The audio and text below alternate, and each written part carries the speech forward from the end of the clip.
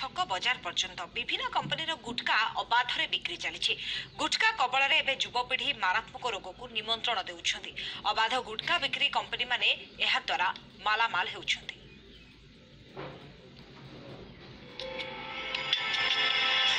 2012 मसीह सरकार तरफ गुटखा बिक्री उपरे कटकणा करा कटकणा पर केन्दुझर जिला घटगाँ देखाणिया भाव विभिन्न दुकान उपरे पुलिस चढ़ऊ कर बहु गुटखा जबत कर गुटखा बिक्री न करने को निर्देश देता।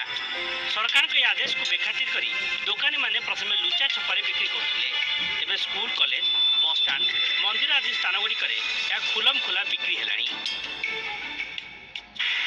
गुटखाटा एमती सांगसाथी मिसिकी खाइलु गुटखा आउ खाइला भितर एना तो अभ्यास माने दिन को तो 50-60 गुटखा आम खाई दौचु जानूचु तो गुटखाटा तंबाकूटा देखुचु भी माने क्षतिकारक तथापि गोटे एमती अभ्यास अमल हो न खाई दे भल लगुनि। भल भल बिल्डिंग ऑफिशियली एवं भल भल मार्केट प्लेस ठाकुरों जगार भी आम गुटखा छेप पकईकि पूरा रेड कलर करके अपरिष्कार कर निजर परिवेश खराब हो निज देह खराब हो। किछि राज्य में गुटखा बिक्री उपरे रोक लगाई आम राज्य में यह प्रति विशेष दृष्टि दि जाऊ देखा मिली।